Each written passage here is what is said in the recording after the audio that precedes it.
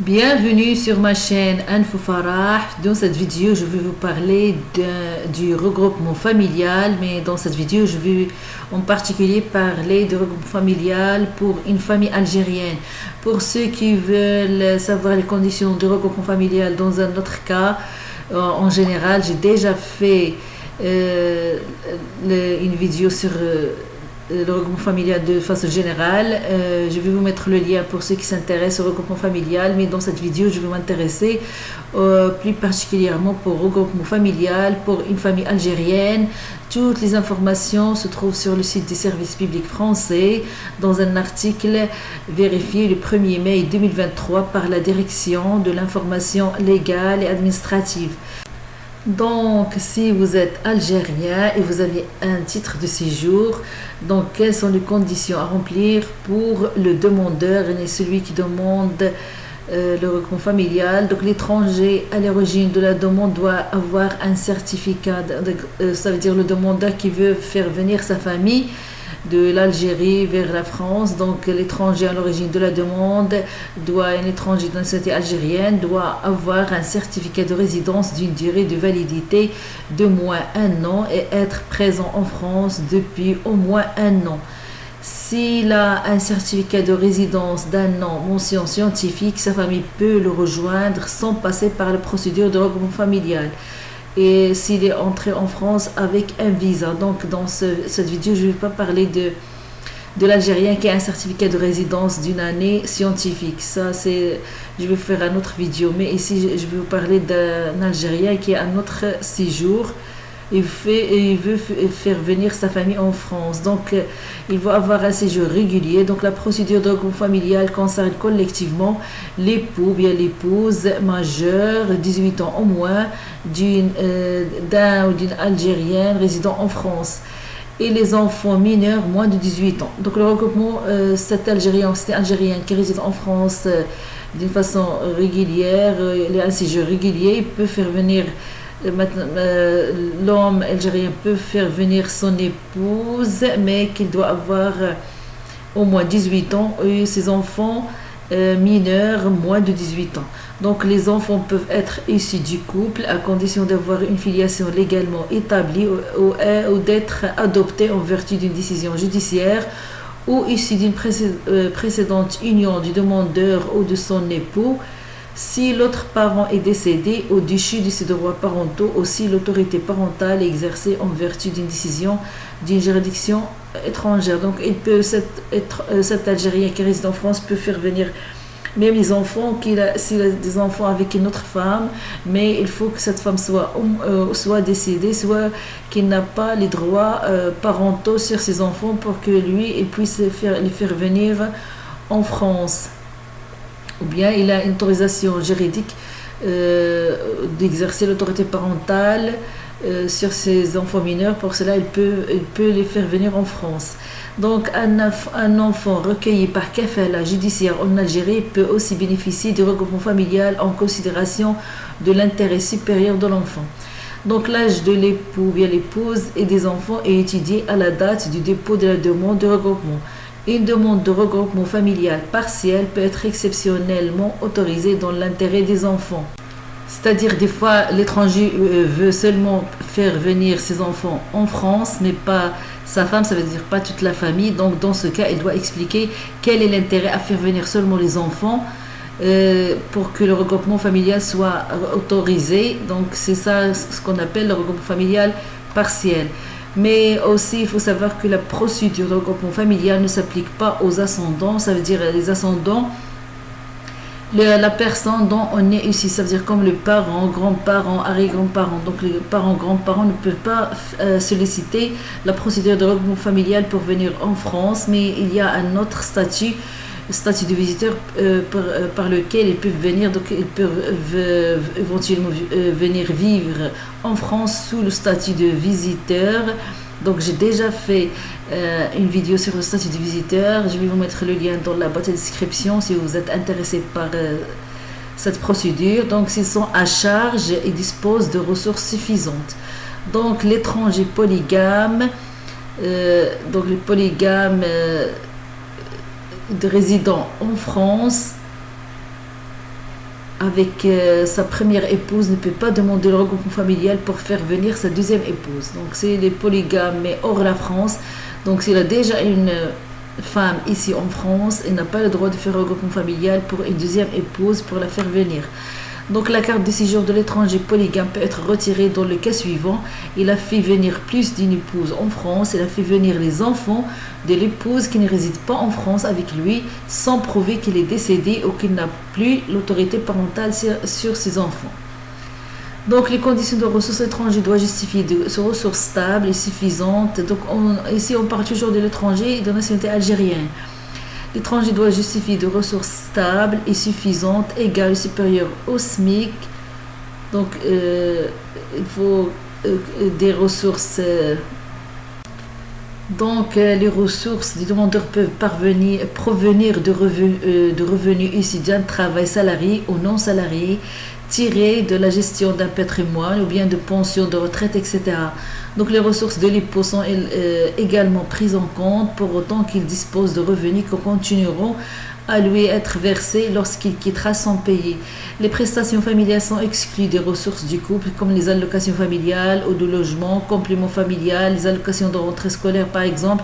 Tout ça sont exclus, donc ils ne sont pas comptés comme ressources suffisantes si on veut faire le regroupement familial. Il y a aussi conditions de logement. Le demandeur doit disposer ou justifier qu'il disposera à la date d'arrivée de sa famille en France d'un logement considéré comme normal pour une famille comparable vivant dans la même région géographique. Le logement doit satisfaire à certaines conditions de salubrité et d'équipement. Suivant la zone géographique où le logement est situé, il doit présenter une surface habitable totale suivante au moins égale. Donc selon la zone soit A, soit B, soit C, il y a la surface qu'il doit avoir pour faire parvenir sa femme et ses enfants. Donc tout ça est expliqué dans cet article dont je vais vous mettre le lien dans la boîte à description.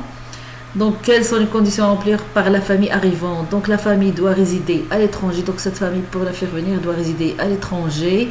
Toutefois la famille déjà présente en France peut exceptionnellement bénéficier d'un regroupement familial sur place. Donc ici dans cet article il explique qu'il y a une procédure exceptionnelle pour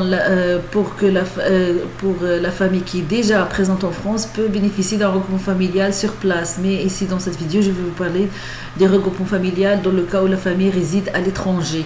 Donc l'époux ou les enfants, l'épouse et les enfants peuvent être exclus de regroupement familial si leur présence en France constitue une menace pour l'ordre public. Ça veut dire constitue un acte lourd comme trafic de stupéfiants, usurpation d'identité, aide à l'entrée, à la circulation, à séjour irrégulier, travail dissimulé, escroquerie, etc. qui rendent une personne dangereuse dans l'avenir. Dans ce cas, ils ne peuvent pas bénéficier de regroupement familial s'ils présentent une menace pour l'ordre public français. Donc la procédure de regroupement familial concerne collectivement l'époux, bien l'épouse majeure, 18 ans au moins, d'un étranger résidant en France et les enfants mineurs moins de 18 ans. Donc les enfants peuvent être issus du couple à condition d'avoir une filiation légalement établie ou d'être adoptés en vertu d'une décision judiciaire, issus d'une précédente union de demandeur ou de son époux, si l'autre parent est décédé ou déchu de ses droits parentaux. Donc ici l'étranger algérien peut faire venir son épouse et même ses enfants, les enfants de son épouse, même si ses enfants ne sont pas ses propres enfants, il peut les faire venir si sa femme elle avait déjà des enfants, mais sa femme elle doit montrer que le parent de ses enfants soit il est décédé, soit il est déchu de ses droits parentaux, ou bien si l'autorité parentale est exercée par l'un ou l'autre des parents en vertu d'une décision d'une juridiction étrangère. Donc, après les conditions et tout, il faut maintenant parler quelles sont les démarches à suivre. Donc, pour connaître la liste des documents pour un dossier, il se trouve tout sur cet article dont je vais mettre le lien dans la boîte de description. Mais il faut savoir que le demandeur doit compléter le formulaire CERFA numéro 11436 pour demande de regroupement familial. Le demandeur doit envoyer son dossier formulaire rempli et pièces jointes par courrier, envoi en recommandé avec accusé de réception conseillé. Donc c'est conseillé d'envoyer avec recommandé avec accusé de réception à la direction territoriale de l'OFII compétente. Donc Le demandeur doit joindre à sa demande la copie des justificatifs correspondant à sa situation. Donc les documents à joindre sont les suivants: le titre de séjour, photocopie du titre de séjour du demandeur recto verso en cours de validité, carte de résident, ou bien c'est la carte de résident, ou bien la carte de résident portant la mention résident de longue durée IE. Donc selon le séjour qu'il a, soit la carte de résident, soit la carte de résident portant la mention résident de longue durée IE délivrée en France, soit la carte de séjour pluriannuelle, soit la carte de séjour temporaire d'une durée supérieure ou égale à une année, soit le certificat de résidence d'un an ou de 10 ans, soit attestation de demande de renouvellement de titre de séjour. Si vous demandez le regroupement familial au profit de votre époux ou bien épouse qui réside en France, titre de séjour de votre épouse. Si vous demandez le regroupement familial au profit de votre épouse ou bien époux résidant dans un état distinct de son pays d'origine, il faut aussi le titre de séjour de votre époux délivré par le pays de résidence. Selon le document d'état civil, ils doivent être accompagnés de leur traduction en langue française établie par un traducteur agréé. Donc il y a des traducteurs agréés qui est un expert judiciaire inscrit sur une liste par chaque cour d'appel. Donc tout ça, vous allez trouver si vous êtes à l'étranger. Vous pouvez consulter la liste du traducteur agréé sur le site de votre consulat. La signature du traducteur devra être légalisée par le consulat. Si vous êtes en France, vous pouvez consulter la liste de traducteurs agréés sur le site de la Cour de cassation. Vous pouvez aussi consulter le site du consulat en France du pays dans lequel le document a été fait. Donc c'est ça pour les documents. Donc comme je dis, les documents ils doivent être accompagnés de leur traduction en langue française établie par un traducteur agréé ou certifié conforme par une autorité consulaire ou diplomatique française. Il faut aussi copie intégrale de l'acte de mariage avec mention marginale, c'est-à-dire avec jugement supplétif si mention dans l'acte. Il faut aussi copie intégrale de votre acte de naissance avec mention marginale, c'est-à-dire plus jugement supplétif si mention dans l'acte. Il faut aussi copie intégrale de l'acte de naissance de votre époux ou épouse qui vous voulez la faire venir bénéficiaire avec mention marginale plus jugement supplétif si mention dans l'acte. Il faut aussi copie intégrale de l'acte de naissance de chacun de vos enfants et ou de votre épouse avec mention marginale. Cela concerne aussi les enfants résidant déjà dans le logement en France, plus jugement supplétif si mention dans l'acte. Si vous êtes ressortissant d'un pays dont la législation autorise la polygamie, ça veut dire comme l'Algérie, il faut jugement de divorce vous concernant ou de votre épouse, jugement irrévocable définitif si divorce à l'étranger. Il faut déclaration sur l'honneur certifiant que le regroupement familial ne créera pas une situation de polygamie sur le territoire français. Si le regroupement familial est demandé au profit d'un ou plusieurs enfants selon votre situation, il faut jugement de divorce concernant et de votre épouse, jugement irrévocable au définitif si divorce à l'étranger. Il faut jugement attribuant l'autorité parentale sauf si le jugement de divorce le précise, ou bien il faut jugement attribuant le droit de garde des enfants sauf si le jugement de divorce le précise, ou bien il faut lettre de l'autre parent autorisant la venue de l'enfant en France dont la signature est authentifiée dans les formes prévues par la législation des pays de résidence ou par le consulat de France compétent. Il faut aussi adopter jugement d'adoption, mais s'il est par le kafala, il faut kafala judiciaire algérienne. Il faut acte de décès de votre époux ou bien de votre premier époux ou de l'autre parent s'il est décédé. Décision judiciaire prononçant le retrait de l'autorité parentale de l'autre parent dans le cas où vous voulez faire venir les enfants. Il faut déclaration d'abandon de l'enfant par l'autre parent, de disparition ou d'absence de l'autre parent auprès du tribunal, ou bien livret de famille. Il faut attestation de votre épouse autorisant la résidence de l'enfant bénéficiaire au domicile. Il faut document de circulation pour étrangers mineurs ou certificat de scolarité des enfants présents en France. Donc ça, si le regroupement familial est demandé au profit d'un ou plusieurs enfants selon votre situation.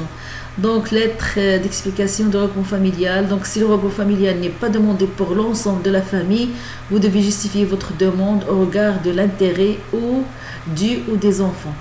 Pour le justificatif de ressources à produire pour les 12 derniers mois, donc si vous êtes salarié ou bien commerçant ou bien artisan ou bien si vous exercez une profession libérale. Par exemple, si vous êtes salarié, il faut les derniers avis d'imposition ou de non-imposition, ou sinon celui de l'année précédente, ou dernière déclaration de revenus visée par les services fiscaux.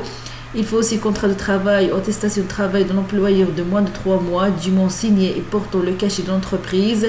Pour les missions d'intérim, fournir uniquement l'attestation de travail de l'employeur. Il faut certificat de travail si plusieurs employeurs produisent les certificats de chacun d'eux. Il faut bulletin de salaire pour les missions d'intérim, fournir uniquement l'attestation de travail de l'employeur.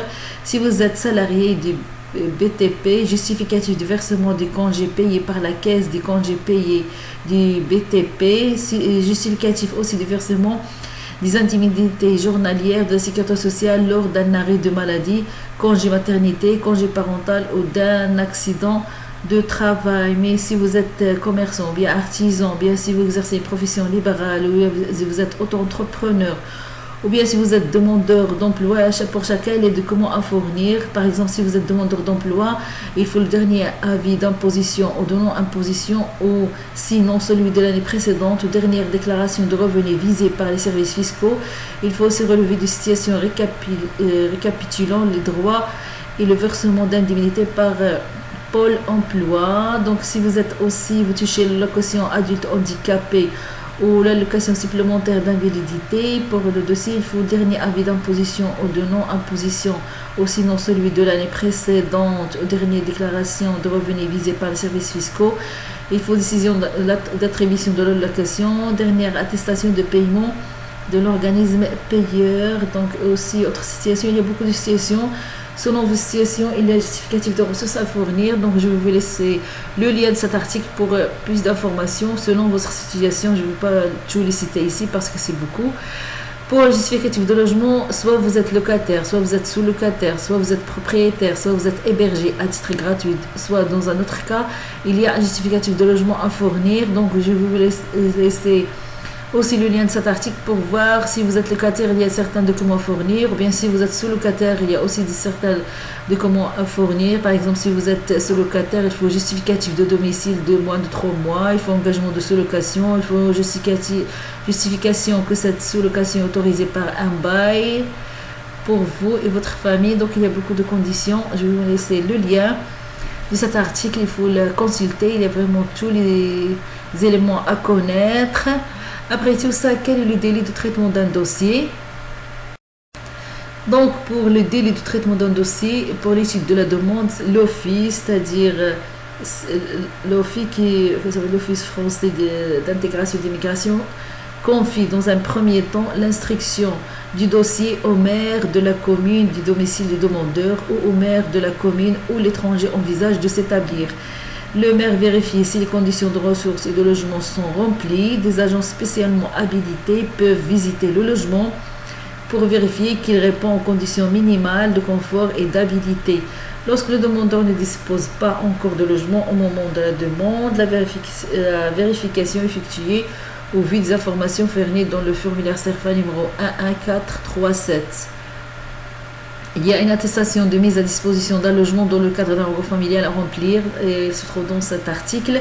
Donc l'étranger et le propriétaire ou vendeur du logement doivent y indiquer les informations suivantes: date de disponibilité, superficie, ensemble des caractéristiques du logement. Si les conditions sont remplies, le regroupement familial peut être autorisé. Le maire peut aussi vérifier à la demande des préfets que l'étranger respecte bien les principes essentiels de la vie familiale en France. Donc le maire doit donner son avis sur l'ensemble de ces conditions dans les 2 mois suivant la réception du dossier ou la demande des préfets. En l'absence de réponse dans ce délai, l'avis du maire est favorable. Donc le maire transmet ensuite le dossier avec son avis motivé sur les conditions de ressources et de logement à la délégation concernée de l'OFII. Celle-ci complète, si bien besoin, l'instruction, adresse le dossier au préfet pour décision. Donc le préfet, c'est lui qui va décider. C'est le préfet du département de résidence du demandeur à Paris. Si vous êtes à Paris, c'est le préfet de police qui accepte ou refuse la demande de regroupement familial. Sa décision doit être notifiée au demandeur dans un délai de 6 mois à compter du dépôt du dossier. Donc il a 6 mois pour vous informer si votre demande de regroupement familial accepter ou non un délai de 6 mois à compter du dépôt du dossier complet à l'OFI. En cas de refus, la décision doit être argumentée. Si le préfet n'a pas répondu dans un délai de 6 mois, la demande est considérée comme refusée, c'est-à-dire refus implicite. L'étranger peut contester la décision en formant un recours administratif devant le préfet ou devant le préfet et le ministre de l'Intérieur, ou bien seulement devant le préfet, ou bien seulement devant le ministre de l'Intérieur. Il peut aussi déposer dans certains délais un recours contentieux devant le tribunal administratif territorialement compétent. Donc, quelles sont les conditions d'entrée et de séjour en France de la famille si la demande d'ordre familial? Donc, la famille doit demander un visa. Dès que la famille à l'étranger a reçu l'attestation de dépôt de l'OFI et les pièces d'état civil que vous avez envoyées, chaque membre de la famille doit faire une demande de visa de long séjour auprès du consulat de France en Algérie. Il faut toujours faire attention que la famille doit entrer en France dans les 3 mois suivant la délivrance du visa. Les frais de voyage sont à la charge de la famille. Pour la visite médicale, la famille passe une visite médicale une fois arrivée en France. Le certificat médical remis par l'OFI à la fin de la visite est indispensable pour pouvoir obtenir un titre de séjour. Pour le titre de séjour, les membres de la famille qui s'établissent en France sont mis en possession d'un certificat de résidence. Il est de la même durée de validité que celui de la personne qu'ils rejoignent et porte la mention vie privée et familiale. Donc c'est la fin de la vidéo. Je vous ai parlé de toutes les informations nécessaires. Si vous êtes en nationalité algérienne et réside de façon régulière en France, si vous voulez faire venir votre famille algérienne en France, tout ça expliqué dans un article vérifié le 1er mai 2023 par la Direction d'information légale et administrative.